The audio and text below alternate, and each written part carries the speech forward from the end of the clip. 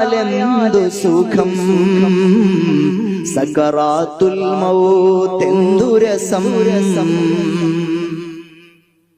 സൂഫി പാട്ടുകളുടെ പേര് പറഞ്ഞ് പാടി പാടി ആളുകൾ പാടുകയാണ്.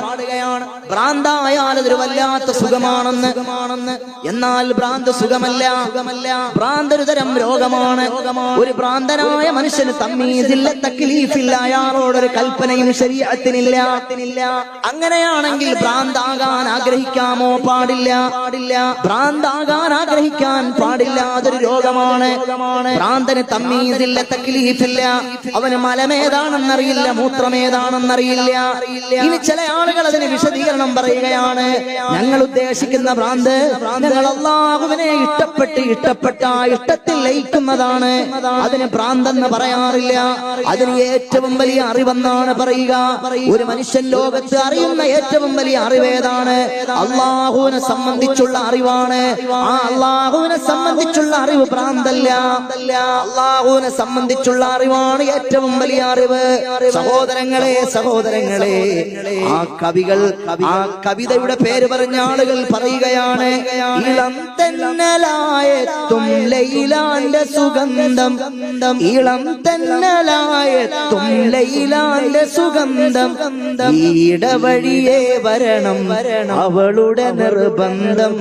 ഭ്രാന്തായാൽ, അതായത് ലൈല എന്ന് കവി അവിടെ ഉദ്ദേശിക്കുന്നത് ആരാണ്? അല്ലാഹുവാണത്രേ. അങ്ങനെ വിശദീകരണം പറയുകയാണ്. ആധുനിക സൂഫി പാട്ടുകൾ പാടി ചില ആളുകൾ ലൈല എന്ന് പറഞ്ഞാൽ ഞങ്ങൾ ഉദ്ദേശിച്ചത് ഒരു കാമുകിയാണ്. അത് ഏതാണ് ആ കാമുകി?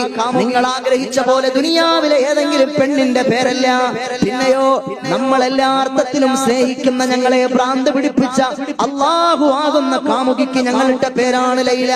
അങ്ങനെ പേരിടാൻ പാടുണ്ടോ? അല്ലാഹുവിന് 99 നാമങ്ങളില്ലേ? വലില്ലാഹിൽ അസ്മാഉൽ ഹുസ്നാ. അല്ലാഹുവിന് 99 നാമങ്ങളുണ്ട്.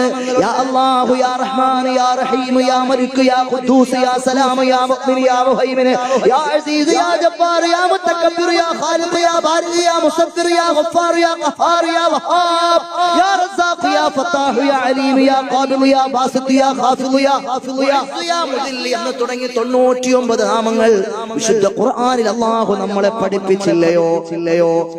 ആ നാമങ്ങളിലിടത്തും ലൈല എന്ന നാമത്തെ അല്ലാഹു പറഞ്ഞില്ല.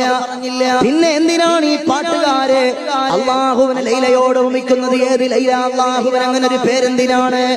എത്രയോ മഹാന്മാർ അല്ലാഹുവിനെ പ്രണയിച്ചു, അല്ലാഹുവിനെ മഹബത്ത് വെച്ചു, അല്ലാഹുവിനെ അവർ ഇഷ്ടം വെച്ചു.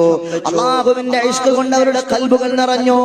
ഏറ്റവും വലിയ പ്രേമം അല്ലാഹുവിനെ പ്രേമിച്ചതാരാണ്? ഏറ്റവും വലിയ സ്നേഹം അല്ലാഹുവിനെ സ്നേഹിച്ചതാരാണ്?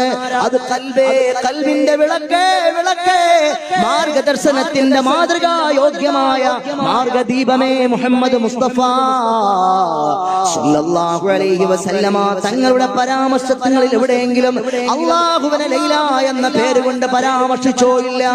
അതുകൊണ്ട് ആധുനിക സൂഫി പാട്ടുകൾ പാടുന്നവരെ നിങ്ങൾ ശ്രദ്ധിക്കണേ. നിങ്ങളുടെ ഉദ്ദേശങ്ങൾ നല്ലതായിരിക്കാം, പക്ഷേ അല്ലാഹുവിനെ പരാമർശിക്കുന്നിടത്ത് നിങ്ങൾ ശ്രദ്ധിക്കണേ. അല്ലാഹുവിന്റെ ജലാലത്തിനോട് യോജിക്കാത്ത പേരുകൾ അല്ലാഹുവിനെ വിളിക്കല്ലേ. അത് സൂഫി പാട്ടുകളുടെ പേരിലായിരുന്നാലും ആത്മീയതയുടെ പേരിലായിരുന്നാലും. ഇന്ന് ആത്മീയത കച്ചവടമായ കാലമല്ലയോ? ആത്മീയത കച്ചവടമായ പുതിയ കാലത്ത് അല്ലാഹുവിനെ എന്തിനാണ് ഇത്തരം മോശമായ പേരുകൾ കൊണ്ട് അഭിസംബോധന ചെയ്യുന്നത്? അത് തെറ്റാണ്.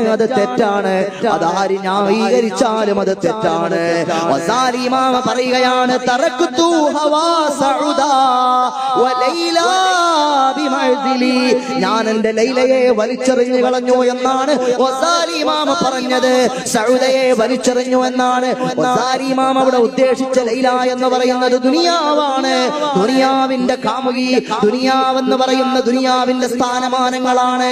അതിന്റെ ആ അതിഭ്രമതകളാണ്, മതോന്മത്തതകളാണ്, അതിന്റെ പളപളപ്പുകളാണ്, അതിന്റെ പ്രസാദാത്മകതകളാണ്, അതിന്റെ പ്രസന്നതകളാണ്. അതിനെല്ലാം ഞാൻ വലിച്ചെറിഞ്ഞു. വലിച്ചെറിഞ്ഞോ, ഞാൻ എന്റെ ഖബറാകുന്ന വീട് വഅ്തു ഇലാ മസ്ലൂബി അവ്വലു മൻസിലി, എന്റെ ഖബറാകുന്ന വീട് നന്നാക്കാനുള്ള തിരക്കിലാണ് ഞാൻ. അൽ ഖബറു അവ്വലു മൻസിലിൻ മിൻ മനാസിലിൽ ആഖിറ, ഞാൻ മരണപ്പെട്ടാൽ എന്റെ ജനാസ കൊണ്ടുവെക്കുന്ന ഖബറില്ലയോ, ആ ഖബറാകുന്ന വീട് പെയിന്റ് അടിക്കുന്ന തിരക്കിലാണ്, അതിൽ സോഫ വാങ്ങുന്ന തിരക്കിലാണ്, ആ വീട് മനോഹരമാക്കുന്ന തിരക്കിലാണ്. എന്ന് പറഞ്ഞാൽ ആ ഖബറിലേക്ക് പോകുമ്പോൾ ഒന്നും ഉണ്ടാകില്ലല്ലോ, നമ്മളെല്ലാം ഇവിടെ ഉപേക്ഷിച്ചു പോകുമല്ലോ. അന്ത്യമാം യാത്ര നീ തിരിക്കും, അവസാന വേദന നീ സഹിക്കും, ആറടി മണ്ണിൽ അലിഞ്ഞു ചേരും, ആറടി മണ്ണിൽ അലിഞ്ഞു ചേരും, ആരും സഹായത്തിനില്ലാതെ പോകും, ആരും സഹായത്തിനില്ലാതെ പോകും.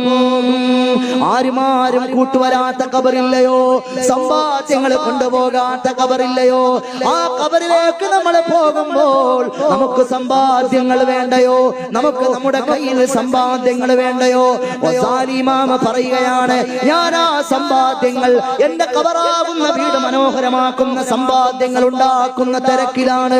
ഓ അബൂബക്കർ ഇബ്നുൽ അറബി തങ്ങളെ,